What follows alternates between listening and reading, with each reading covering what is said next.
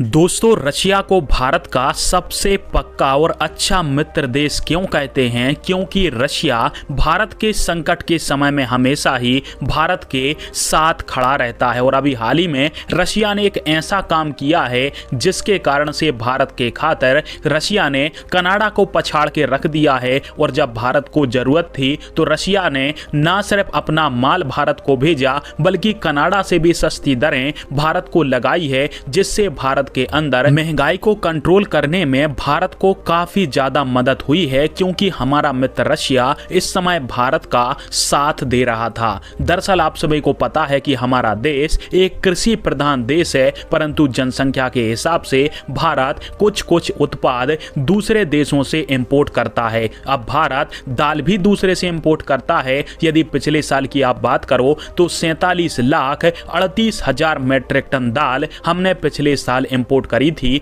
दूसरे देशों से। इसकी कीमत $3.75 बिलियन थी। यानी इतनी दाल हमने पिछले साल इंपोर्ट करी थी हमारी आवश्यकता के हिसाब से। अब हुआ क्या है कि इस साल जो कनाडा भारत को सबसे ज्यादा मात्रा में दाल एक्सपोर्ट किया करता था वो पीछे छूट चुका है और रशिया अब भारत को सबसे ज्यादा मात्रा में दाल दे रहा है। और अभी अप्रैल से जुलाई तक का एक डाटा निकल के सामने आया है जिसमें बताया गया है कि रशिया की तरफ से भारत को करीब 4,41,000 मैट्रिक टन पीली मटर की दाल भेजी गई है, जो कि पिछले पूरे साल के अंदर मात्र 4,01,000 मैट्रिक टन दाल भेजी गई थी। अब की बार रशिया ने अप्रैल से जुलाई के महीने के अंदर ही 4,41,000 मैट्रिक टन दाल भेजी है। और यदि कनाडा की बात करें तो इस पीरियड के दौरान कनाडा ने भारत को करीब 3,93,000 मैट्रिक टन दाल भेजी है, जो कि पिछले साल